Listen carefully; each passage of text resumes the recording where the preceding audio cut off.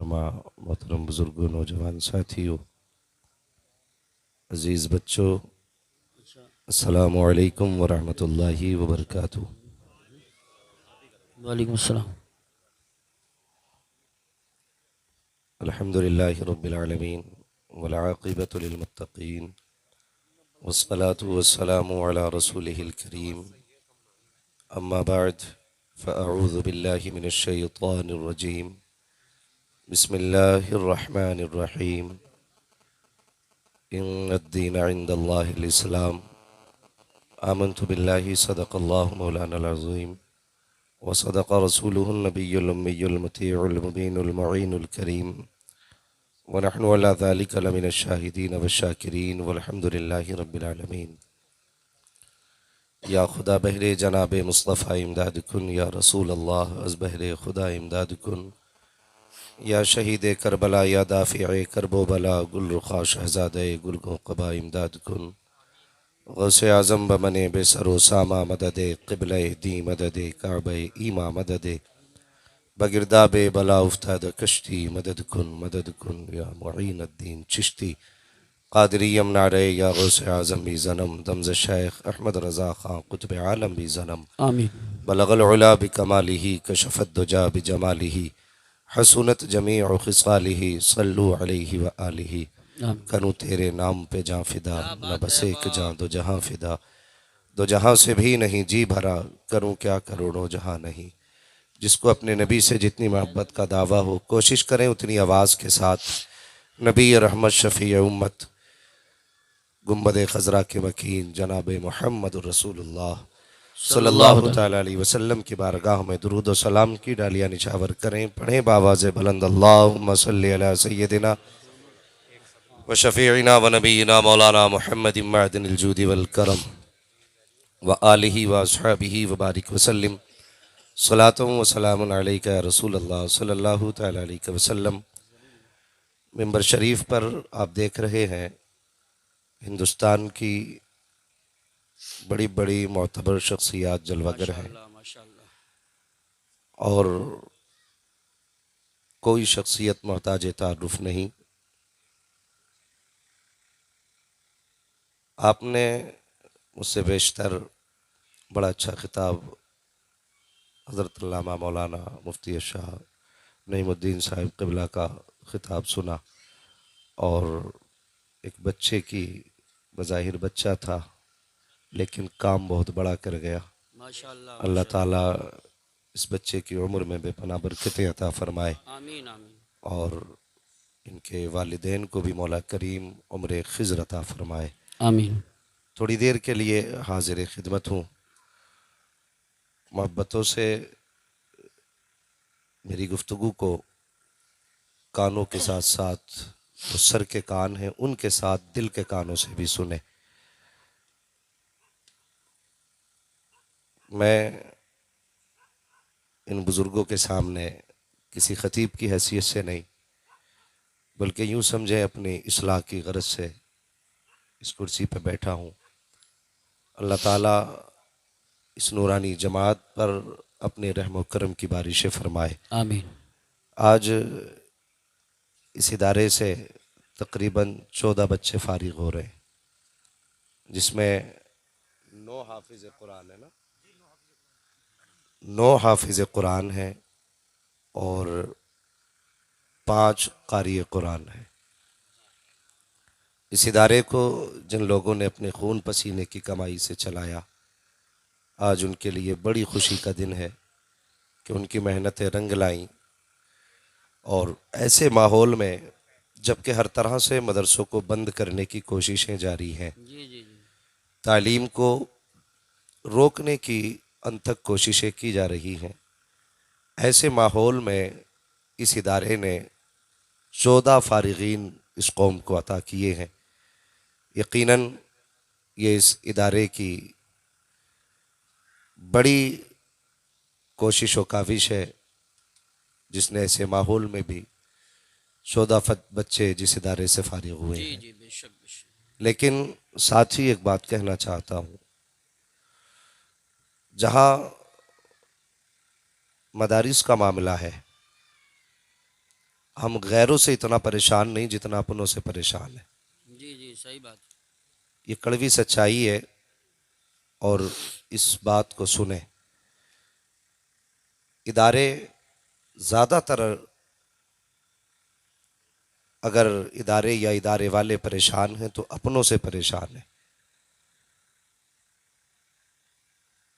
जो देखने में और अंदर से दोनों तरह से मुखालिफ थे वो तो कुछ न कर सके, लेकिन जो जाहिर में टोपी वाले थे, कुर्ते वाले थे, उन्होंने ही आकर के इदारों की टांगें खींचना शुरू कर दी।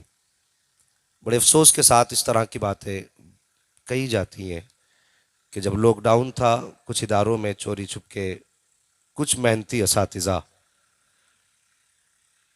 कुछ बच्चों को छुप के कुरान पढ़ाया करते थे, तो हमारी ही बस्ती के लोग जो गोश्त खाने के नाम के मुसलमान हैं, सिर्फ थानों में 500 रुपये पे बिक जाने वाले लोग फ़ोन उठाते हैं और फ़ोन करके कहते हैं साहिब ये मदरसा अभी तक बंद नहीं हुआ। हमारे नाम की हया नहीं रही, हमें शर्म तक नहीं आई। जिन इदारों को हमें खून दे के चलाना चाहिए था, हम फ़ोन करके बंद करने पे लगे हुए हैं।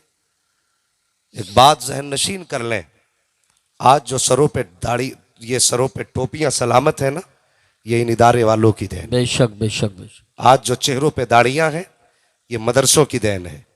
अगर ये इदारे ना होते तो सही से तुझे कलमा तक याद नहीं होता। इतनी कुर्बानियां और इतनी मुसीबतें बर्दाश्त करने के बाद ये इदारे हमारे तुम्हारे घर के अंदर कुरान के कारी दे रहे हैं, हाफिज दे रहे हैं, उसके बावजूद भी हम इन इदारों के पीछे पड़े रहते हैं। हमें अपने आप को बदलना होगा। आज इदारों से जाके पूछो तुम्हारा हाल क्या है, तो सच्ची बात तो ये इदारे यही कहेंगे कि मेरे ही घर की हवा ने बुझा दिया मुझको। ये इनकी अपनी कहानी है। ये खुद बताएंगे मैं वो चिराग था जो आंधियों में जलता रहा। क्या बात है, वाह। मेरे ही घर की हवा ने बुझा दिया है मुझे। हमारे अपने ही इदारों के पीछे पड़े हैं। आज क्या हमारी जिम्मेदारी नहीं इदारों के साथ कांधे से कांधा लगा के खड़े होने की? कहीं हमारी जिम्मेदारी नहीं इन उलमा इकराम के बाजू से बाजू मिला के खड़े होने की? अगर आज कोई तालिब इल्म किसी राह से गुजरता है तो हमारी कौम उसे बड़ी हिकारत की निगाह से देखती है, बड़ी हिकारत की निगाह से। हमने इनका मैयार कहाँ रखा? क्या स्टेटस हमने इनका रखा है? कभी सोचा हमने? हमें ये मदरसे वाले या तो अब्बा के तीजे में याद आते या अब्बा के 40वें में याद आते। इसके अलावा हमें कुरान वाले याद नहीं आए। क्यों? इन तीजे 40वें में भी इसलिए याद आते हैं कि इन्हें खिलाने से सवाब मिलता है। यही वजह है ना, यही सोच के तीजे 40वें पे खिलाया जाता है। लेकिन मुझे बता, तेरे घर पे सिर्फ तीजे में खाना बनता है? सिर्फ 40वें में खाना बनता है? जब तेरे बेटे का वलीमा होता है तब कुरान वाले कहां चले जाते हैं? जब तुम्हारे घर में बारातें आती हैं तब हमें कुरान वाले याद क्यों नहीं आते? अगर कोई बहुत अच्छा आदमी इन कुरान वालों की दावत कर दे तो फिर खाने को नहीं पूछा जाता। टेबलें लगी, अच्छे अच्छे लोग खा के चले गए, फिर पूछा जाता मदरसे वाले नहीं आए, तो सर पे हाथ मार के कहता यार भूल गया था। तुझे सब याद रहे, ये मदरसे वाले याद नहीं रहे? तो कितने लोग शर्म ये कह के मिटाते हैं कि मदरसे वाले कम से कम कह दिया था तो आ जाते, हमने कह तो दिया था, तुमने इन्हें पहचाना नहीं। ये इतनी गैरतदार कौम है, ये फाके से तो मर सकती है, बिन बुलाए तेरे दस्तरखान पे नहीं जा सकती। बेशक बेशक बेशक, वाह वाह। हमने इन्हें जाना ही नहीं। आज अगर कोई आलिम, किसी मदरसे का जिम्मेदार अगर किसी मार्केट से निकले तो लोग यूं चेहरे फेर लेते हैं, आ रहा है चंदा लेने के लिए, चंदा देना ना पड़ जाए। ये मिजाज है हमारे। हम ये सोच के चेहरे फेर लेते हैं कि हमें कहीं इसको चंदा ना देना पड़ जाए। और कितने अमीरों की कहानी सुनोगे, कितने अमीर तो अगर कोई मदरसे का मोहतमिम या प्रिंसिपल फोन करके कहे कि आपके जिम्मे मदरसे की इतने हजार की रसीद थी, तो वो कहता ठीक है जी, मेरे पास 4 गरीब आए थे उन्हें दे दिया था, 3 यतीम आए थे उन्हें दे दिया था, लेकिन जब आपका फोन आया है तो ठीक है, आपका भी इंतजाम करेंगे। आ जाना 2-3 दिन के बाद मेरी दुकान पर। तुझे शर्म नहीं आती? तू किसे दुकान पे आने का वक्त दे रहा है? तूने इसकी अजमत को जाना नहीं है? तेरी औकात क्या है? अगर तेरे पास वो दौलत आई है जो आज तक किसी की नहीं हुई है, तू इसके नशे में आकर के एक आलिम को वक्त दे रहा है। नहीं, इसकी शान ये नहीं थी कि तू इसे वक्त देता, बल्कि इसकी शान तो ये थी, अगर आलिम का फोन आया था तू कहता हजरत माजरत चाहता हूं, वक्त आखिर हो गई है, वक्त आप दीजिए। जब आप कहेंगे सर के बल चल के आऊंगा। बात यह नहीं है कि आपने याद किया है, बात यह है कि मदीने वाले मुस्तफा ने इंतखाब किया है। सुभान अल्लाह, सुभान अल्लाह। बहुत खूब, बहुत खूब। क्या कहते हाँ। हो? वाह वाह वाह। तो हया करो, कम से कम इल्म वालों की इज्जत करो, इल्म वालों की कदर करो। और यार किस दौलत का नशा, किस दौलत का नशा है? हमने बड़े बड़े दौलत वालों को आईसीयू में ऐसे बेबस पड़े देखा है कि उनके बदन के कपड़े संवारने के लिए दूसरे खड़े होते हैं। किस चीज का घमंड है? मुझे बता तो सही, अगर तू अरबपति या खरबपति है, मरेगा तो क्या लेकर के जाएगा? और सबसे पहले तो ये सोच, ये दौलत तू लाया कहां से है? पहला सवाल ये, तू लाया कहां से? किसी का दिल तोड़ के तो नहीं लाया, किसी का कलेजा निचोड़ के तो नहीं लाया, कहीं किसी का हक मार के तो नहीं लाया। आज बड़ी आसानी से चुपके से गुनाह कर जाते हैं हम, और एहसास गुनाह तक नहीं होता। गुलामी का दौर खत्म हो गया है, लेकिन अभी एहसास बाकी है। वो कैसे? मार्केट आप जाइए, संभल की मार्केट में कितने अमीरों की बड़ी दुकानों पे छोटे छोटे लड़के काम करते मिलेंगे, देखे होंगे आपने। तो वो लोग होते हैं जिन्हें कोई काम नहीं आता है, और ये दुकानदार उनकी इसी मजबूरी का फायदा उठा करके किसी को 300 रुपए में, किसी को 250 रुपए में, किसी को 200 रुपए में दिन भर मुर्गा बनाते हैं। पूछो इन उलमा से, क्या इस्लाम इसकी इजाजत देता है? किसी की कमजोरी और किसी की मजबूरी का फायदा हम उठाए? कितनी आसानी से किसी का हक मार के हम घर में आके बैठ गए, और उसके बाद अगर नारे लगाने की नौबत आ जाए तो बंदा उठ के नारे लगाने लगता है। और नारे बाद में लगा, पहले अपना किरदार देख, बेशक। अपना अखलाक देख पहले। नारे हमारी शान है, नारे हमारी जान है, लेकिन ये कब है? जब किरदार सलाहुद्दीन अय्यूबी जैसा हो, तब नारे पहाड़ों को गिरा दिया करते हैं। बेशक, क्या कहने। वाह वाह वाह वाह। अखलाक तो देखो अपने, किरदार तो देखो। जिसके पास टकों की दौलत आ गई, फिर वो दूसरे को नजरों में लाने तैयार नहीं है। और खुदा का वास्ता ये इल्म वाले हैं, इनकी कदर किया करो। मैं उलमा की बात नहीं करता जिन्होंने हजारों आलिम बनाए हैं, मैं इनकी बात नहीं करता, बल्कि पूछो इन उलमा से जिनके हाथ में कायदा बगदादी होता है, और जब मकतब की तरफ चलते हैं उनकी शान क्या हुआ करती है। अल्लाह अकबर, बड़ी आसानी से कोई हिकारत की निगाह से कहता है ये ज़कात खाने वाले जा रहे हैं, ये चंदा लेने वाले जा रहे हैं। नहीं, ये ज़कात खाने वाले नहीं, ये चंदा लेने वाले नहीं, ये मुस्तफ़ा के दीन के वारिस जा रहे हैं। ये मजहब इस्लाम के सुतून को कांधा दे करके आगे बढ़ाने वाले जा रहे हैं। तेरे कहने से इनका वकार मजरू नहीं हो सकता। खुदा की कसम, इज्जत तो तब पता चलेगी जब रब फरमाएगा जाओ फरिश्तों मैदान क़यामत में चले जाओ, जितने कुरान वाले हैं सबका हाथ पकड़ के ले आओ। रब फरमाएगा लाओ सब कुरान वालों को। फरिश्ते कहेंगे कैसे पहचान होगी? रब फरमाएगा जिसके मुंह से मुझको अंबर की खुशबू आती होगी वही कुरान का कारी होगा। नारे तकबीर, नारे रिसालत, नारे गौसियत, मशरके आला हजरत, फैज़ाने आला हजरत, फैज़ाने अजमलुल उलमा, फैज़ाने सदरुल अफाजिल, फैज़ाने औलिया किराम, जश्न दस्तारबंदी। सुभान अल्लाह, सुभान अल्लाह। हमें कौन सा नशा है, किस अकड़ में है? पूछो इन उलमा से। मैंने इन उलमा से सुना, बुजुर्गों से सुना। अल्लाह अकबर। फरमाते हैं जिस कब्रिस्तान में कुरान वाला दफन होता है तो 10 कब्रें सरहाने की तरफ, 10 कब्रें पैताने की तरफ, 10 कब्रें दानी जानिब, 10 कब्रें बाई जानिब। अल्लाह उसकी कब्र की बरकत से 40 कब्रों का अजाब हटा देता है। सुभान अल्लाह। 40 कब्रों का अजाब। आज हमने क्या कीमत लगाई कुरान वालों की? हमने MBBS को तरजीह दी। मैं तालीम का मुखालिफ नहीं, हमें MBBS भी बनना होगा। इसकी कमी से बड़े नुकसानात हैं, मगर सब कुछ बनो, कुरान के कारी पहले बनो, कुरान के कारी पहले मरो बनो। हमने अक्सर जो लोग दौलत के घमंड में रहते हैं, नशे में चूर रहते हैं। क्या कितने मीठे अंदाज से हम जलील करते हैं कुरान वालों को। सोचा कभी कभी शादी ब्याह के टेबल लगे हों तो जाके देखना, अगर इत्तेफाक से कोई पढ़ने वाला बच्चा निकल जाए ना स्टैंडर्ड टेबलों की तरफ से, तो कहते बेटे उधर नहीं, तुम्हारे खाने का इंतजाम उधर है। इधर कौन खाएगा? इधर वीआईपी लोग बैठेंगे, इधर वीआईपी लोग बैठेंगे। तेरी नजर में वीआईपी कौन है? जो 1800 रुपए का जूता पहने वो वीआईपी, जो 22,000 का कोट पहने वो वीआईपी, जो 70,000 की घड़ी बांधे वो वीआईपी, जो 1.5 लाख का मोबाइल जेब में रख के वो वीआईपी।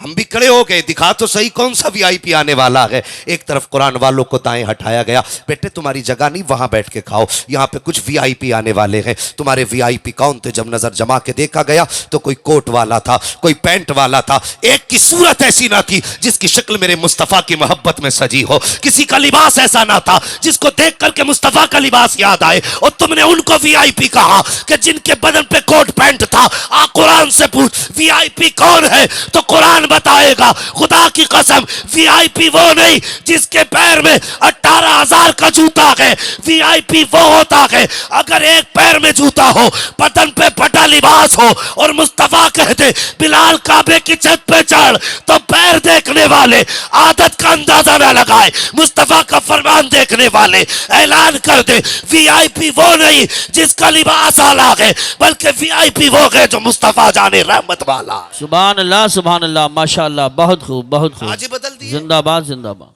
तुमने वीआईपी किसे कहा? और जिसे पेशाब करने का सलीका नहीं आता तुमने उसे वीआईपी कहा। वीआईपी वो नहीं, वीआईपी वो है जो मुस्तफा के जितने ज्यादा करीब है। क्या कहने बाबा, सबसे बड़ा वीआईपी वो है। सुभान अल्लाह सुभान। यही वजह है कि बरकतें नहीं होती है। सही बात है। कह रहा कि 8 क्विंटल गोश्त मंगाया था हजरत, सब खत्म हो गया। 8 क्विंटल मंगाया था, सब खत्म हो गया। वो खत्म क्यों हुआ? कभी सोचा? इसलिए कि पहले नंबर तूने उनको दिया जिन्हें सही से कलमा तक याद ना था। सही बात है। जिन्हें सही से कलमा तक याद ना था, उन्हें कोट के बटन के डिजाइन और कीमतें तो मालूम थी, लेकिन मुस्तफा का दिया हुआ तोहफा याद नहीं था। बेशक बेशक। वो आके बैठे, अजी अब बैठने का तो दौर ही खत्म हो गया। कितना दौर बदला है, हमने कितनी तरक्की की है। पहला दौर ऐसा था कि खाने वाले बैठते थे, खिलाने वाले घूमते थे। आज इतनी तरक्की हुई है कि खाने वाले घूम रहे हैं, खिलाने वाले बैठे हैं। हाँ, वो अंधेरा की भला था कि कदम राह पे थे, रोशनी लाई है मंजिल से बहुत दूर हमें। बेशक। वो अल्लाह के बंदे, ये गलत तरीके हैं और कितने रस्म व रिवाज चलने लगे। अजीब हालात है। आज बेटियां मैरिज हाल से रुखसत की जा रही हैं और इसे लोग फख्र समझते हैं। मैरिज हाल से बेटियों को रुखसत करना ये फख्र की बात नहीं, ये शर्म की बात है। शर्म की बात है बेटियों को मैरिज हाल से रुखसत करना। आप कहेंगे अजीब मौलवी है, पैसा हमारा लग रहा है, 10 लाख में हम मैरिज हाल कर रहे हैं और परेशानी इसे हो रही है। सुन जरा, ये दम अपने गिरबान में झांक। मैंने क्यों कहा बेटियों को अल्लाह तौफीक दे तो अपनी चौखट से रुखसत करना, घर के दरवाजे से रुखसत करना अपने। ये जरूरी नहीं तेरा मकान कच्चा है देखने वाले क्या कहेंगे, फर्क इससे नहीं पड़ता। सुने, तुमने मैरिज हाल में बुकिंग की, कितनी शादियों में अल्लामा तौसीफ साहब जाना होता है। हजरत जी हालात ये है, अगर एक शरीफ आदमी आज मैरिज हाल में खाना चला जाए तो भूखा लौट आता है। अल्लाह तौफीक दे सब सही हो जाए, आमीन। हजरत जी मैरिज हालों की जिम्मेदारी नहीं है, जिम्मेदारी उनकी है जो कर रहे हैं। जमीन सारी अल्लाह की है, मगर ये किसी से कहती तो नहीं कि तू खड़े होकर खा, तू बैठ के खा। ये तो हमारी अपनी जिम्मेदारी है ना, हमें कैसे खिलवाना है।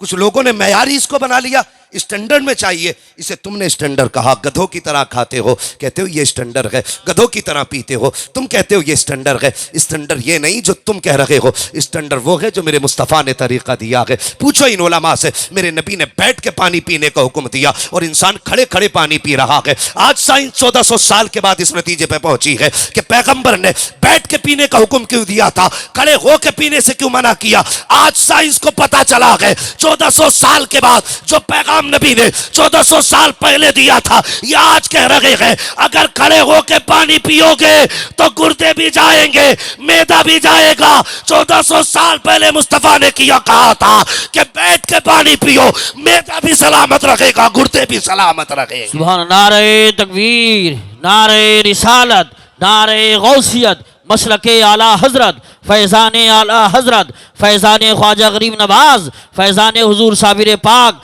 फैज़ान हुजूर मखदूम सिमना, जश्न दस्तारबंदी। सुभान। आज मैरिज हाल से बेटियां रुखसत हो रही हैं। हाँ, मैंने कई जगह देखा, जाओ तो शरीफ निगाह से गर्दन झुका लेता है। वो बेहयाइयाँ, किसी के सर पे दुपट्टा नहीं, किसी का लिबास हया वाला नहीं। आओ मैं पूछना चाहता हूँ, मुझे बताओ तो सही, आज पूरी दुनिया का रोना है कि अल्लाह फिर कोई सलाहुद्दीन अय्यूबी दे दे, फिर कोई मोहम्मद बिन कासिम दे दे। अल्लाह अकबर, ये हम दुआएं करते रहेंगे क्या इसकी तैयारियां भी हमने कोई की हैं? मुझे बता तो सही, मैरिज हालों में रिश्ते हो रहे हैं, किसी लड़के ने लड़की देख ली, मैरिज हाल में रिश्ता पक्का हो गया, मुझे उसी से रिश्ता करना है। नहीं, मैं एक बात बताऊं, किसी भी चीज के लिए कुछ मामूलात हुआ करते हैं। आप अक्सर खेत से ताल्लुक रखने वाले लोग होंगे, मुझे बताइए, अच्छी फसल के लिए अच्छी जमीन का होना जरूरी होता है।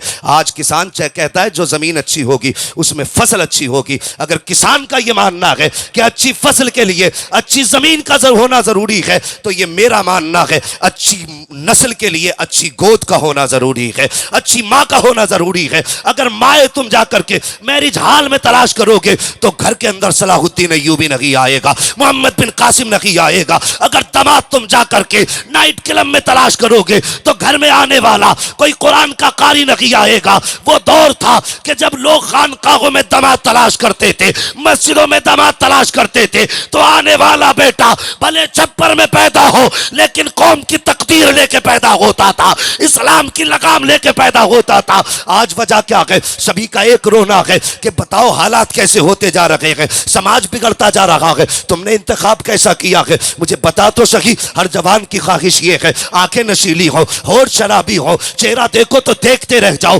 तुमने हर हुस्न औरत में देखा, क्या दिखवाने से पहले जब तेरी माँ ढूंढने गई थी रिश्ता, तब तूने ये तो कह दिया था उसके होठ ऐसे हो, उसके रुखसार ऐसे हो, उसकी पेशानी ऐसी हो, उसका कदोकामत ऐसा हो, वो चलती हो तो यूं लगती हो, बोलती हो तो यूं लगे। मुझे बता तो सही, दिल पे हाथ रख के, क्या तूने एक बार भी ये कहा ए माँ लड़की देखने जा रही है, जहां पेशानी का हुस्न देखे नजर जमा के देखना उसकी पेशानी पे सजदे का निशान है कि नहीं। जब तू बात करे तो उसके मुंह को जहां चलता हुआ देखे उसकी मुंह की महक को सूंघना। अगर वो बोले तो मुंह से कुरान की महक आती है कि नहीं, कुरान की तिलावत की महक आती है कि नहीं। अगर तू ये तलाश कराता, दावे के साथ कहता हूं, गोद तेरी होती, आने वाला सलाहुद्दीन अय्यूबी पैदा हो जाता, खालिद इब्ने वलीद पैदा हो जाता। बेशक। सुभान अल्लाह, सुभान अल्लाह, माशाअल्लाह।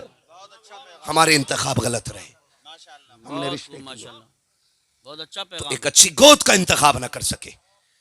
जब अच्छी गोद नहीं होगी तो समझो अच्छी नस्ल भी नहीं हो सकती है। बेशक। अच्छी नस्ल भी नहीं हो सकती है। अच्छी नस्ल के लिए अच्छी गोद का होना जरूरी है। जवानों, जिंदगी कट जाएगी, काली के संग भी कट जाएगी, गोरी के संग भी कट जाएगी, कट तो सभी की जानी है।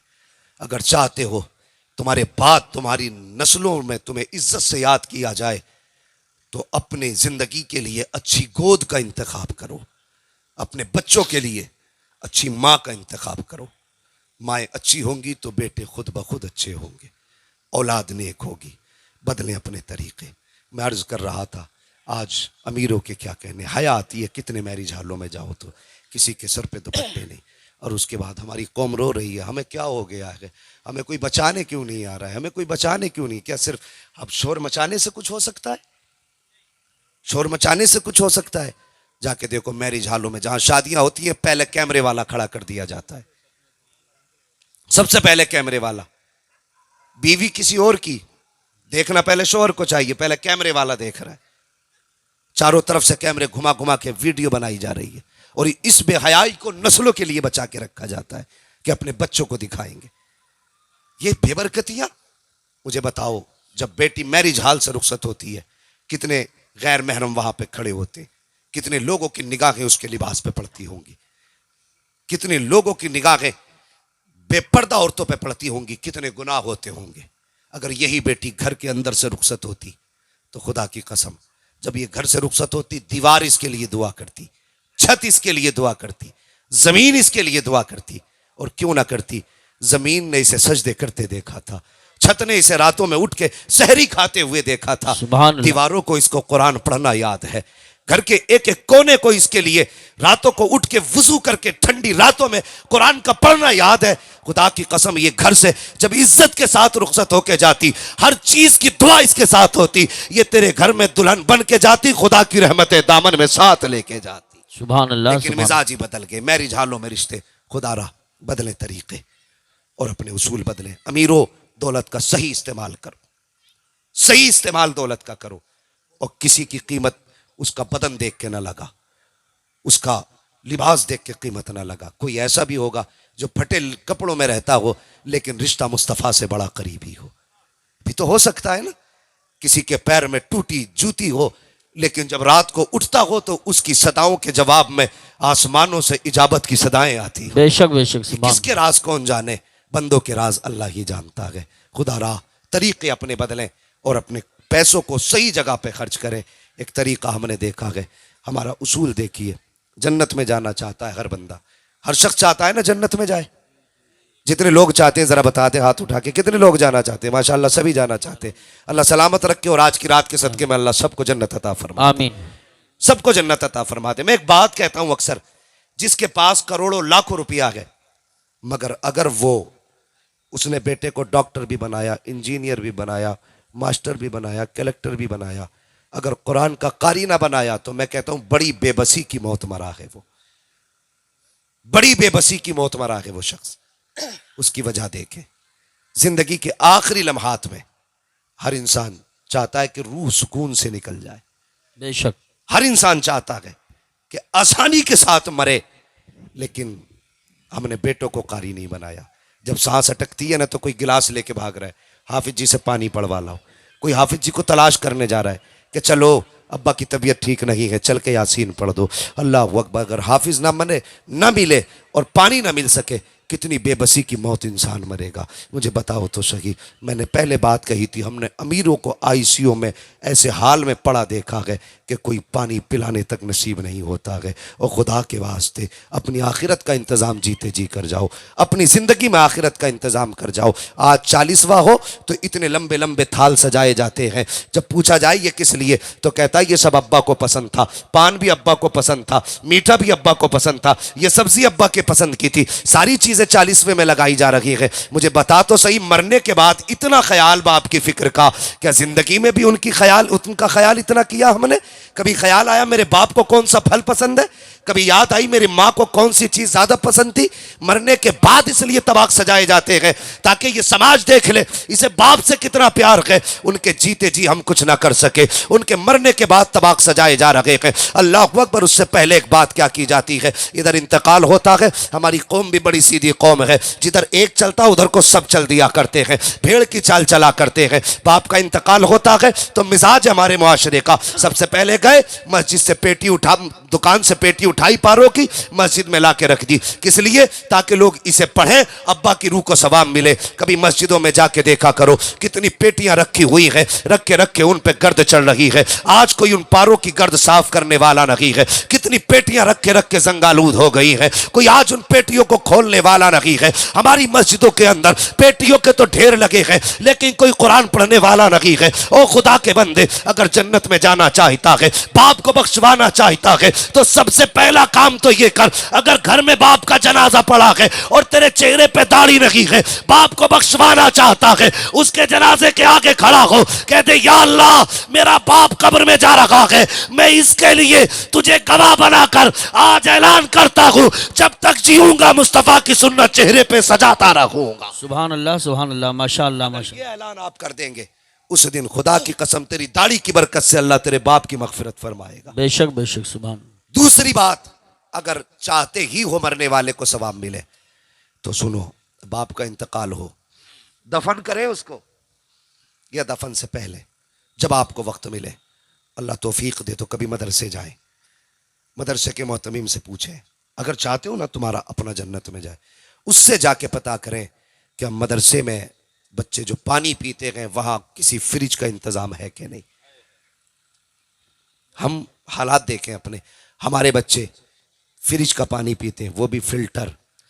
मदरसे में अक्सर पढ़ने वाले बच्चे सादा, कभी तो टंकी का पानी पिया करते हैं, ताज़ा भी नहीं, भरा हुआ पानी, फिल्टर नहीं, वही जो टंकी में भरा है। हमारे बच्चे एसी में रहे, और ये कुरान पढ़ने वालों को कुछ मदारिस में पंखे तक हाथ वाले नसीब नहीं होते, हाथ वाले पंखे तक नसीब नहीं। और भाई अगर चाहते हो अब्बा की मगफिरत हो तो कभी मदरसे जाओ, मोहतमीम से कहो ये मेरे बाप के सवाब के लिए 10,000 ले, पंखा लगवा देना, मेरे बाप की तरफ से 20,000 लो, एक फिल्टर मशीन लगवा देना, मेरे बाप की तरफ से 50,000 लो, तलबा के लिए एक फ्रिज का इंतज़ाम कर देना। अल्लाह तौफीक दे, इस तरह के काम करो। मुझे नहीं मालूम मरने के बाद तुम्हारे लिए कोई दुआ करे ना करे, कभी कब्रिस्तान जाके देखा करो, कब्रें बैठी हुई हैं, आज कोई मिट्टी डालने वाला भी नहीं है। कितनी कब्रों पे गुलाब पड़ा है और कितनी कब्रों पे मिट्टी तक डालने वाला कोई नहीं। गारंटी है कोई तेरे बाद तेरी कब्र पे मिट्टी डालने आएगा? कोई देखने तक नहीं आता क्या हाल कब्रों के हैं। अल्लाह तौफीक दे, अपने जीते जी आखिरत का इंतजाम करके जाओ। अगर इंतकाल कर गए 50 साल तक तुम्हें याद किया जाएगा, 100 साल तक याद किया जाएगा। अगर फिर याद ना भी किए गए और तुम्हारी तरफ से अगर मदरसे में एक पंखे का इंतज़ाम है, उसके नीचे बैठने वाला, कुरान की तिलावत करने वाला कुरान पढ़ेगा, गर्मी अपना काम करेगी, पंखा अपना काम करेगा, उसके झोंके हवा के निकलेंगे, हाफिज़ कुरान के बदन को ठंडा करेंगे। मैं नहीं जानता कि तुझे खबर होगी कि नहीं होगी, लेकिन इतना पता है इधर हाफिज़ कुरान का कलेजा ठंडा होगा, उधर अल्लाह तेरी कब्र में जन्नत से ठंडी हवाओं की खिड़कियां खोल देगा। ये इंतज़ाम आखिरत के करके जाओ, आखिरत के इंतज़ाम करके जाओ। अल्लाह तौफीक दे तो कुरान वालों की खिदमत करो, कुरान वालों की खिदमत करो, और अल्लाह के फजल से अपने बच्चों में से कम एक बेटे को हाफिज कुरान जरूर बनाओ। बनाएंगे इंशाअल्लाह, बोलो इंशाअल्लाह। हमारी कौम में सबसे कम इज्जत अगर किसी की है तो वो मौलवी की है, वो मौलवी की है। कितनी मेहनत से माँ बाप एक बच्चे को आलिम बनाते हैं। अब बच्चों की भी जिम्मेदारी है वो माँ बाप का ख्याल करें, बेशक माँ बाप का ख्याल करें, बच्चे भी, उनकी भी जिम्मेदारी है। एक बाप अपने बच्चे को पढ़ाने के लिए कौन सा जतन नहीं करता। सामने कुछ तलबा बैठे हैं, तुमसे गुजारिश करूंगा अगर माँ बाप कभी घर से चलो 150 रुपए दें, उनके पास उससे ज्यादा ना हो, वही जेब में रख लिया करो, उनकी दुआएं साथ लिया करो। अल्लाह तुम्हारे 100 रुपए में 1000 की बरकत अता फरमा दे। बेशक बेशक। कभी इनसे लड़ा ना करो, कभी इनसे ना लड़ा करो। वो एक अल्लामा साहब डॉक्टर रूहुल अमीन साहब जो झारखंड साइड के रहने वाले हैं, एक दिन उनके यहाँ पे जाना हुआ, बहुत बड़े डॉक्टर हैं, तो वो अपनी दास्तान सुनाने लगे और कहने लगे कि मेरे बाप ने ना हजरत मुझे पता है कि कितनी मेहनत से मेरी फीस भरी थी। कह रहे कि 250 रुपए फीस थी मेरी उस वक्त की, मेरे बाप ने मुझे नहीं पता कहां से उधार लेकर के आए थे, और मैंने कहा था अब्बा मुझे पढ़ना है। उन्होंने 250 रुपए ला करके मेरी फीस भरी, और ये कहते कहते वो रोने लग गए। कहने लगे मेरे बाप ने मेरी फीस की खातिर कितने दिन फाके से काटे ये मैं जानता हूं। कह रहे गुर्बत का दौर था जब बाप ने मुझे पढ़ाया, आज खुदा ने मुझे दौलत दी है, आज मैं डॉक्टर हूं, आज मेरे पास पैसे का ठिकाना नहीं, लेकिन आज उस पैसे को इस्तेमाल करने वाला बाप नहीं है, तो मुझे ये दौलत भी अच्छी नहीं लगती है।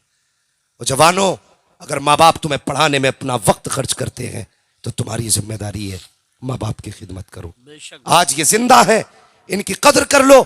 बड़ी मेहनत से माँ बाप पढ़ाया करते हैं, और कभी जाकर के चौराहों पे देखो, गर्मी में पसीना साफ करते तुम्हें बाप मिलेंगे, सर्दी में बगल में हाथ दिए खड़े कहीं मंडी में बाप मिलेंगे। और यार कभी कभी सर्दियों में हम रातों रात चलने वाले लोग हैं, रात के आधे हिस्से में हमने बापों को साइकिलों पे सफर करते देखा है। जिस मौसम में हम गाड़ी के शीशे खोल के नहीं चल सकते, हमने बापों को साइकिल चलाते देखा है। कभी उनसे पूछो राह रोक करके, बता तो सही इतनी सर्दी में क्यों इस रोड पे आके खड़ा हो गया है, क्या वजह है? क्या तुझे जिंदगी प्यारी नहीं है? वो कहेगा जिंदगी तो प्यारी है, लेकिन बेटे के स्कूल की फीस भरनी है, बेटे के मदरसे की फीस भरनी है, बेटे को स्कूल का ड्रेस लेके देना है, स्कूल का बस्ता लेके देना है। और तेरी तालीम की खातिर बाप ने कौन सी खाक ना छानी, तेरे लिए क्या क्या बाप ने ना किया। आज तेरी जेब पे कलम लग गया तो तू ही सब कुछ हो गया, बाप कुछ ना बना। ओ खुदा के वास्ते, अगर दुनिया और आखिरत में भलाई चाहते हो तो बाप की इज्जत कर लो। अगर बाप राजी हो गया फरमाया तो खुदा की कसम मुस्तफ़ा भी राजी हो जाएंगे, खुद खुदा भी राजी हो जाएगा। नारे तकबीर, नारे रिसालत, नारे गौसियत, मसलके आला हजरत, फैज़ान महरेरा मुक़द्दसा, फैज़ान अजमलुल उलमा, उलमा अहले सुन्नत। सुभान अल्लाह अकबर। लोग कह देते हैं कि आज 3 बेटों से एक बाप नहीं पलता। एक बाप 3 बेटे पाल देता है, 7 बेटे पाल देता है, 8 बेटे पाल देता। अल्लाह अकबर। ये कौन सा दर्द है इनके सीने में? आओ तुम्हें मुस्तफ़ा के मदीने लेके चलूं। खैरियतें चलेंगे इंशाअल्लाह। जरा कह दें या रसूल अल्लाह। मैं बस कुछ समझाना चाहता हूँ, वाक़यात सुनाना मकसूद नहीं है, अंदाज़े बयां मेरा बहुत शौक़ नहीं है, शायद कि उतर जाए तेरे दिल में मेरी बात। हज़रत अली की चौखट है, सैयदा तय्यबा ताहिरा हज़रत फ़ातिमा ज़हरा है। सुबह का वक्त है, उठी, घर के काम में मसरूफ़ हो गई, घर के काम में सफाई की, सारा काम किया, कपड़े धुल रही थी। अचानक हज़रत अली आ गए। हज़रत अली रज़ी अल्लाह तआला अन्हु आए, कहने लगे फ़ातिमा, लगता है आज मेरी फ़ातिमा की तबीयत ठीक हो गई है। क्या बात, आज अपने हाथ से सैयदा काम कर रही है? हज़रत फ़ातिमा ने कहा अली मैंने सारा काम कर दिया, कपड़े भी सारे धुल दिए, बस आपका अमामा रह गया है, अगर हो सके तो ये अमामा भी दे दे, मैं इसको अपने हाथ से धुल दूँ। हज़रत अली ने वो अमामा शरीफ भी उतार के दे दिया, अमामा शरीफ दिया। हज़रत फ़ातिमा ने अमामा शरीफ भी धुला और धुलने के बाद शहजादों को लिया और गुस्ल देने लगी। गुस्ल देने के बाद जब कपड़े पहनाने की बारी आई ना, तो बाल संवारते हुए रोने लगी, माथी आंख में आंसू आ गए। हज़रत अली कहने लगे फ़ातिमा खैर तो है? क्या बात, आज बच्चों को नहलाते हुए आंख में आंसू? सैयदा फ़ातिमा कहने लगी अली आज एक ख्याल ने रुला दिया। कौन सा ख्याल? फरमाने लगी आज मुझे ख्याल आया, कल खुदा जाने मेरे बेटों का कोई चेहरा धुलेगा कि नहीं धुलेगा, कल अल्लाह जाने मेरे बेटों के बाल संवारने कोई आएगा कि नहीं आएगा। हज़रत फ़ातिमा ज़हरा ने जब इतनी बात कही, हज़रत अली की आंख में आंसू आ गए। फ़ातिमा ये ना कहो, ऐसी बातें क्यों कर रही हो? हज़रत फ़ातिमा कहती है अली मेरा दुनिया से जाने का वक्त करीब आ गया है। कहा ये कैसे कह दिया? कहने लगी तहज्जुद की नमाज़ पढ़ के मुसल्ले पे फज्र के इंतज़ार में बैठी थी, आंख लगी ख्वाब में मुस्तफ़ा आए थे। फरमाने लगे फ़ातिमा बहुत दिन हो गए, जुदाई तुम्हारी बर्दाश्त नहीं होती, आओ अब तुम अपने बाबा के पास आ जाओ। अल्लाह अकबर। इतना कहा, हज़रत अली की आंख में आंसू, शहजादों को तैयार किया। फरमाने लगी शहजादों जाओ मुस्तफ़ा के मज़ार पे मेरा सलाम पेश करके आओ। अल्लाह अकबर। शहजादों को भेजा। उसके बाद सैयदा फ़ातिमा ज़हरा ने हज़रत अली का हाथ पकड़ा, पकड़ के कहने लगी अली कुछ बात करनी है, मेरे पास वक्त बहुत कम है, क्या आप थोड़ा वक्त देंगे? हज़रत अली ने फरमाया फ़ातिमा कहो क्या कहना चाहती हो। आपने हज़रत अली का पकड़ा, कमरे में गई, हजरत अली को बैठाया, खुद भी बैठी और उसके बाद नबी के शहजादी हजरत फ़ातिमा ज़हरा ने अपना दामन फैलाया, फैला के कहती अली आज फ़ातिमा कुछ मांगना चाहती है। ए फ़ातिमा मांगो, क्या मांगना चाहती है? अल्लाह अकबर। हजरत फ़ातिमा कहती है अली अगर जिंदगी में कोई खता हो गई हो तो माफ कर देना। अल्लाह अकबर। ये बात किसने कही थी? खातून जन्नत ने ये बात कही, सैयदुल अंबिया की शहजादी ने ये बात कही है। उसने कही जिसको मुस्तफ़ा ने फरमाया मेरी फ़ातिमा मलका जन्नत है।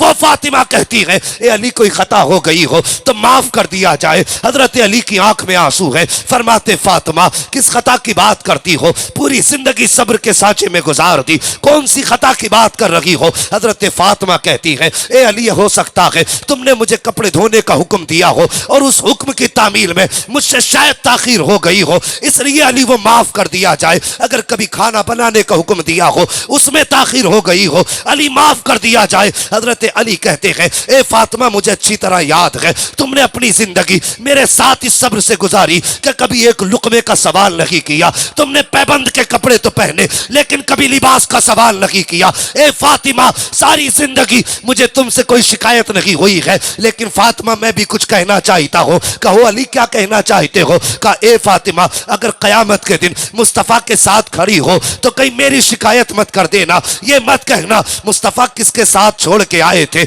उसके साथ जिसने कभी फातिमा को भरपेट खाना ना खिलाया, उसके साथ जो कभी फातिमा को नया लिबास न दे सका।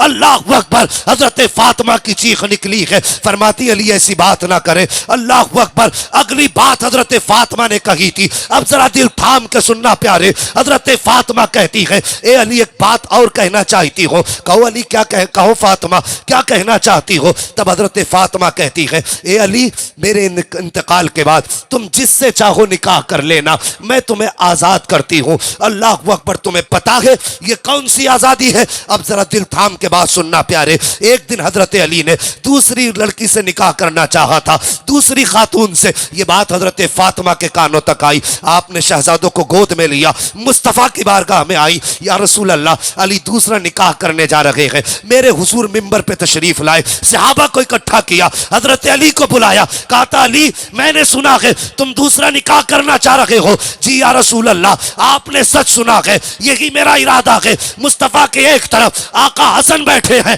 दूसरी जानिब आका हुसैन बैठे हैं। तब मुस्तफ़ा ने कहा था अली हर मोमिन को 4 निकाह की इजाजत है, लेकिन तुम्हें मेरी फातिमा के होते हुए दूसरे निकाह की इजाजत नहीं है। मैं तुम्हें इजाजत नहीं देता कि मेरी फातिमा के होते हुए तुम किसी दूसरे निकाह का इंतखाब करो। अल्लाह अकबर। आज हजरत फातिमा कहती है ए अली मेरे इंतकाल के बाद तुम्हें इजाजत है, तुम जिससे चाहो निकाह करना। लेकिन जो अगली बात कही है वो कलेजा चीर देती है भाई। हजरत फातिमा ने कहा था ए अली जिससे चाहो निकाह करना, लेकिन याद रखना महीने में कम से कम 2 दिन मेरे बच्चों को दे दिया करना, 2 दिन मेरे बच्चों को दे दिया करना। फातिमा कहना क्या चाहती हो? ए अली मेरे बाद बच्चे तनहा हो जाएंगे, हो सकता है तुम अज़दवाजी जिंदगी में मसरूफ हो जाओ और मेरे बच्चों को मेरी याद सताती रखे। इसलिए फातिमा ये चाहती है कि मेरे इंतकाल के बाद अगर 28 दिन तुम अपनी बीवी के साथ गुजारो तो 2 दिन मेरे बच्चों के साथ गुजार लिया करना, हसनैन करीमैन के साथ गुजार लिया करना। अल्लाह अकबर। ये माँ हुआ करती है साहिब जिसको आखिरी लम्हात में भी बच्चों की फिक्र सताया करती है। और एक बात हजरत फातिमा ने हजरत अली से कही थी, ए अली एक बात और कहना चाहती हूँ। कहो फातिमा क्या बात है? फरमाते अली मेरे इंतकाल के बाद कभी दिन के उजाले में घर में कदम न रखना। हजरत अली कहते हैं फातिमा आंगन मेरा, घर मेरा, चौखट मेरी, दर मेरा, मैं दिन के उजाले में क्यों नहीं आ सकता? तब हजरत फातिमा ने कहा था ए अली घर भी आपका है, चौखट और जागीर भी आपकी है, लेकिन बात यह है अगर दिन के उजाले में आप घर में आते हो तो आपकी जो शहजादी है ज़ैनब वो इतनी हया किया करती है कि मेरी कमर के पीछे छुप के खड़ी हो जाया करती है। वो इतनी हया वाली है कि तुम्हारे सामने आने से शर्माया करती है। ए अली अगर मेरे इंतकाल के बाद तुम दिन के उजाले में घर में आओगे तो फिर मेरी बेटी किसके पीछे छुपेगी? अगर सामने आ गई वो तो हया से पानी पानी हो जाएगी। अल्लाह अकबर। ये राज तब खुला जब हजरत अली बिस्तरे मर्ग पर थे। तब आपने कहा था ज़ैनब आज तक मैंने कभी तेरा चेहरा नहीं नजर भर के नहीं देखा, एक बार जरा चेहरा तो दिखा। हजरत ज़ैनब सामने आई थी, आपने चेहरे से दुपट्टा हटाया, हजरत अली की चीख निकली। फरमाया था ज़ैनब आज बात समझ में आ गई है कि तू इतनी हया वाली क्यों है। शहजादों से कहा था ए शहजादों अगर तुम्हारा जी चाहे कि तुम खातून जन्नत का चेहरा देखो तो जिसने ज़ैनब का चेहरा देख लिया उसने खातून जन्नत फातिमा ज़हरा का चेहरा देख लिया। सुभान अल्लाह, सुभान अल्लाह अल्लाह। अकबर। ये माँ होती का दिन के उजाले में नहीं आना। अभी ये बातें चल ही रही, शहजादे हुजूर के रोजे पे थे तो एक नूरानी चेहरा सामने आया। आने वाले ने कहा बच्चों जल्दी करो घर चले जाओ। कहा किस लिए? कहा माँ कुछ देर की मेहमान है, माँ कुछ देर की मेहमान है। कहा हमने तो खैरियत से छोड़ा था। कहा तुम नहीं जानते माँ दुनिया से जाने वाली है। बच्चों ने कहा कौन हो तुम? आने वाले ने कहा मुझे इब्राहिम खलीलुल्लाह कहा जाता है। यही बताने आए थे? कहा सिर्फ मैं नहीं बल्कि सारे अंबिया, खुद मुस्तफ़ा तुम्हारी वालिदा की रूह के इस्तकबाल के लिए आज मदीना शरीफ में आए हुए हैं। शहजादों ने दौड़ लगाई, घर पहुंचे। अल्लाह अकबर। घर पहुंचे हजरत खातून जन्नत के पास, माँ के कदमों से लिपट गए, रोने लगे। हजरत फातिमा ने और भी बहुत सारी वसीयत और नसीहत फरमाई थी। ओ भाई मैंने कहा माँ माँ होती है जिसको आखिरी लम्हात में भी औलाद की फिक्र सताती है, आखिरी लम्हात में भी। तो क्या बंदों का फर्ज नहीं बनता कि वो माँ बाप की इज्जत करें, माँ बाप की कदर करें? आप पढ़ लिख के आज कुछ भी हो गए हो, कुछ भी हो गए हो तो माँ बाप से बड़े नहीं हो, माँ बाप से बड़े नहीं हो। मुनव्वर राना ने कहा था बुलंदियों का बड़े से बड़ा निशान छुआ, उठाया गोद में माँ ने तब आसमान छुआ। बेशक बेशक। हाँ खुदारा अगर माँ बाप हैं तो इज्जत करो, इनकी कदर करो। परदेश में जिंदगी गुजार रहे हो, कभी माँ बाप की याद नहीं आती। कितनी आसानी से कह, मैं पूछा जाए घर कब गए थे, आते बाहर से फोन, हजरत 6 साल हो गए सऊदी में रहते रहते। भाई कितना कमाते हो? का 50,000 रुपये महीना। घर कब जाते हो? 6 साल हो गए। माँ बाप हैं कहाँ? हाँ हैं। तो मैंने कभी याद नहीं आती? कहा याद तो आती है ना। फिर मैंने कहा घर भी चले जाया करो। कहा हजरत कोई फिक्र नहीं, माँ बाप नो टेंशन रह रहे हैं, हम 15,000 20,000 उन्हें अपने अलग से खर्च के लिए देते। ओ भाई, माँ बाप तेरे 15,000 के भूखे नहीं होते, वो तेरे प्यार के भूखे होते हैं। 15,000 न दे, 6 महीने में आके एक बार माँ से गले लग जा, बाप के सीने से लग जा। आज लोगों को देख रहे हो ना, किसी को कोई मर्ज, किसी को कोई मर्ज, किसी को इंसुलिन लग रही है, किसी का शुगर बढ़ रहा है, कि ब्लड प्रेशर का कोई मरीज है। ये बीमारियां क्यों इतनी आई? वजह यह है हमने माँ बाप के सीने से लगना छोड़ दिया है। हमने माँ बाप के सीने से लगना छोड़ दिया है। और भाई, आज भी अगर बेटा बाप के सीने से लगने लगे ना, खुदा की कसम, वो मरने को मर तो सकता है लेकिन कभी हार्ट की प्रॉब्लम उसे नहीं हो। बेशक बेशक।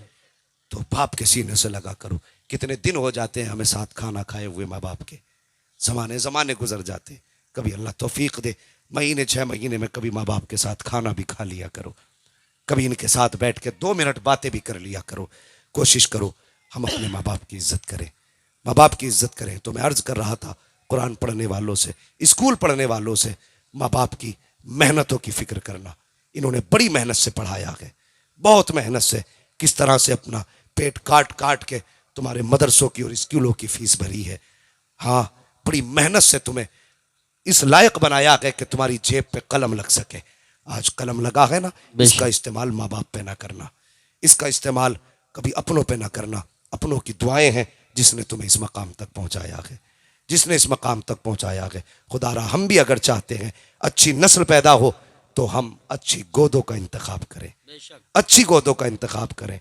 माँ अगर नेक होगी तभी बेटा साबिर पाक पैदा होगा, माँ अगर नेक होगी तभी बेटा अहमद रजा पैदा होगा।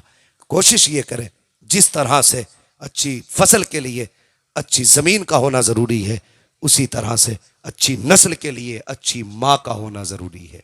लेकिन अलमिया है, आज शरीफों की शराफत दागदार कर दी जाती है, अमीरों के ऐप पे भी पैसा पर्दा डाल देता है, और फिर उसके बाद हम गीत गाते फिरते हैं, हमें तो ऐसा इतना जहेज़ मिला, इतना सामान मिला। और जहेज़ तू भी खरीद सकता है, लेकिन शरीफ औरत तुझे खरीदे से नहीं मिल सकती है। शरीफ औरत खरीदने से नहीं मिल सकती, बेशक बेशक। वो नसीब ही से मिला करती है। तो कोशिश ये करें, निकाह से पहले पढ़ी लिखी नेक लड़की का इंतखाब करें। और ये ज़रूरी नहीं है सिर्फ बेटों को पढ़ाएं, बल्कि बेटियों को भी पढ़ाइए, दीन की तालीम बेटियों को भी दें। पढ़ाएंगे इंशाअल्लाह बेटियों को भी। आज बेटियों को ये सोच के नज़रअंदाज किया जाता है कि बेटी पराया धन है, पराया धन है बेटी। नहीं, पराया धन नहीं है। उसे हमने कितना अजनबी किया, कितना बेगाना किया। बाप ने ये सोच के नहीं पढ़ाया पराया धन है, ससुराल वाले कहने लगे ये तो पराए घर से आई है, उसे कोई अपनाता ही नहीं। किसी ने ये नहीं कहा ये हमारी है, घर वाले कहते रहे इसे पराए घर जाना है। वो चली गई तो वो कहते ये पराए घर से आई है। कब टूट जाए तो सीधी बात कि तेरे बाप ने थोड़ी ला के दिया था, तू यहाँ की थोड़ी, हमारा खून नहीं जो तुझे दर्द हो, तू तो पराए घर की है। हमने हमेशा उसे पराया किया नहीं, उसे अपना बनाओ। जहां बेटों की तालीम पे पैसे खर्च करते हो, वहां बेटियों की तालीम पे भी पैसे खर्च करो। बेटियों को भी पढ़ाइए, उनको भी इल्म के जेवर से नवाजिए। जब बेटियां पढ़ी लिखी होंगी, कुरान की कारी होंगी, खुदा की कसम कहने की जरूरत नहीं है, फजर की नमाज पढ़ेंगी, अगर पूरा घर सोता भी होगा, वो आने वाली तेरे घर को कुरान की खुशबू से मुअत्तर कर डालेगी। सुभान अल्लाह, सुभान। कुरान की खुशबू से मुअत्तर करेगी। तो कोशिश ये करें बेटियों को भी पढ़ाएं और बेटों को भी पढ़ाएं। दीन की तालीम बेहद ज़रूरी है। ज़रूरी है अपने घरों में दीनी माहौल लाएं, तालीम को बहुत ज़्यादा फ़रोग़ दें। इस वक्त ज़रूरत है कि हम आगे बढ़ें। और मैं गुजारिश करूँगा अपने समाज से, खुदारा दुश्मन तो पीछे पड़े हैं, लेकिन कम से कम हम तो अपनी दुश्मनी ख़त्म करें, हम तो अपनी दुश्मनी ख़त्म करें। हम अपने आप को मदरसों से जोड़ें, तालीम से जोड़ें, और आखिरत का भी इंतज़ाम करें, नस्लों का भी इंतज़ाम करें।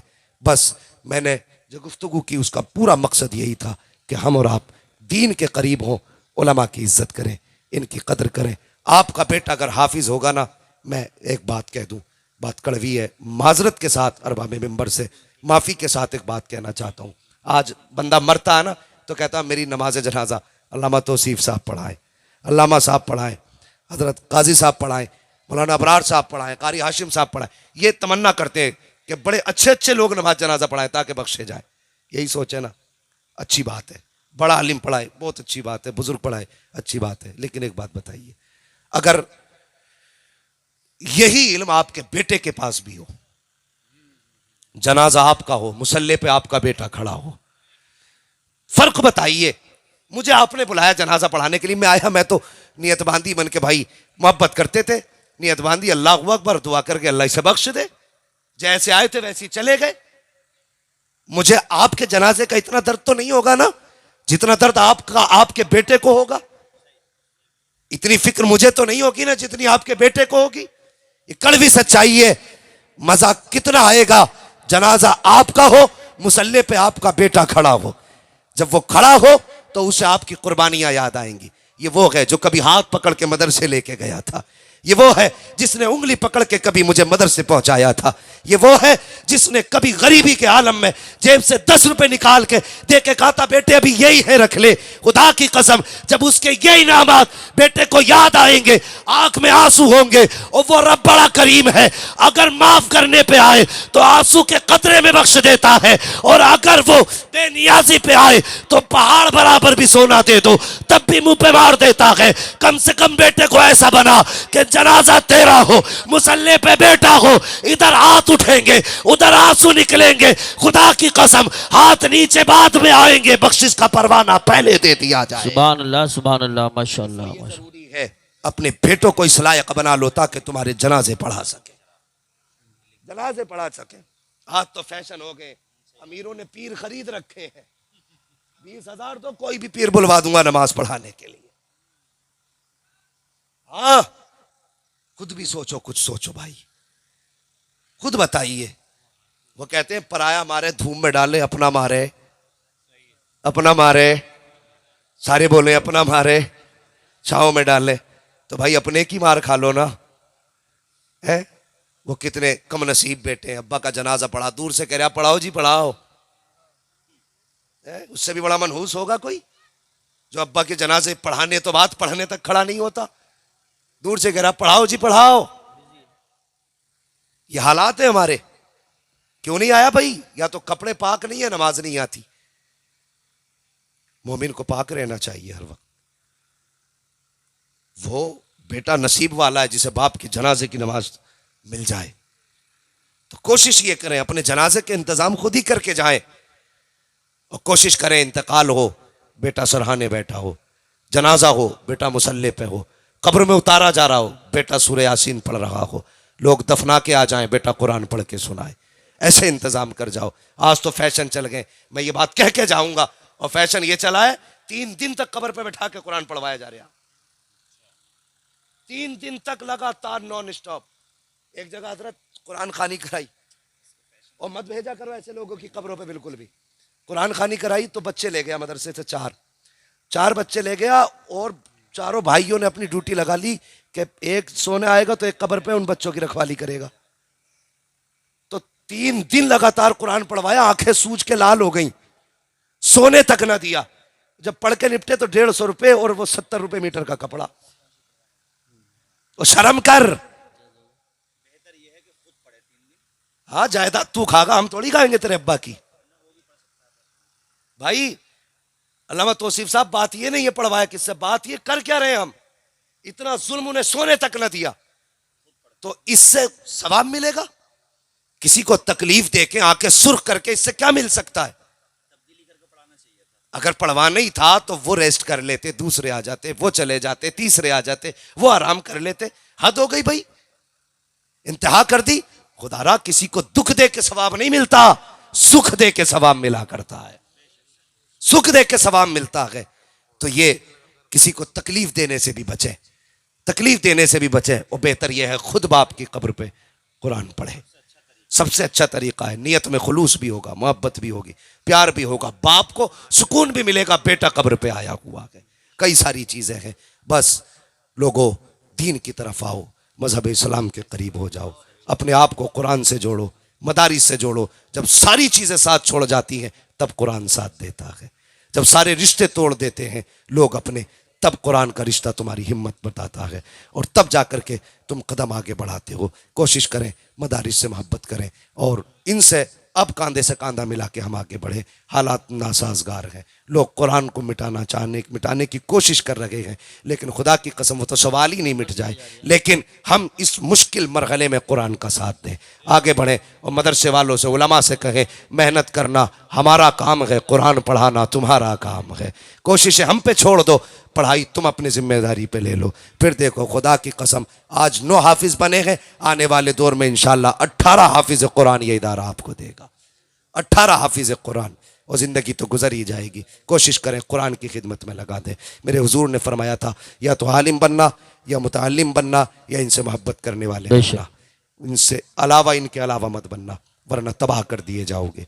बच्चों भाई, कुरान से प्यार करो, तालीम से प्यार करो, दीन वालों से प्यार करो, उलमा से प्यार करो, तलबा से प्यार करो। अल्लाह आपकी नस्लों में बरकत अता फरमाए। बस मेरे गुफ्तगू में अमदन सावन जो भी गलतियाँ लफ्ज़िशें सरजद हुई हो, मौला करीम हबीब के सदक़े में तमाम ख़ताओं को माफ़ फरमाए, और मेरी गुफ्तगू पे पहले मुझे अमल की तौफ़ीक़ अता फरमाए, उसके बाद पूरी उम्मत मुस्लिमा को अमल खैर की तौफ़ीक़ अता फरमाए। बस जो हुए अगलात उनको माफ़ फरमाए। रब्बे कायनात, ज़िंदगी ने दिया साथ तो फिर होगी मुलाकात। चमन रहा, फूल खिलेंगे, ज़िंदगी रही, फिर मिलेंगे। मुसाफिर हैं हम भी, मुसाफिर हो तुम भी, किसी मोड़ पर फिर मुलाकात होगी। सारे लोग कलमा शरीफ पढ़ लीजिए, ला इलाहा इल्लल्लाहु मुहम्मदुर रसूलुल्लाह, अस्तगफिरुल्लाह रब्बी मिन कुल्लि ज़ंबिन व अतूबु इलैह। अस्सलामु अलैकुम व रहमतुल्लाहि। आप हजरात बैठे रहें।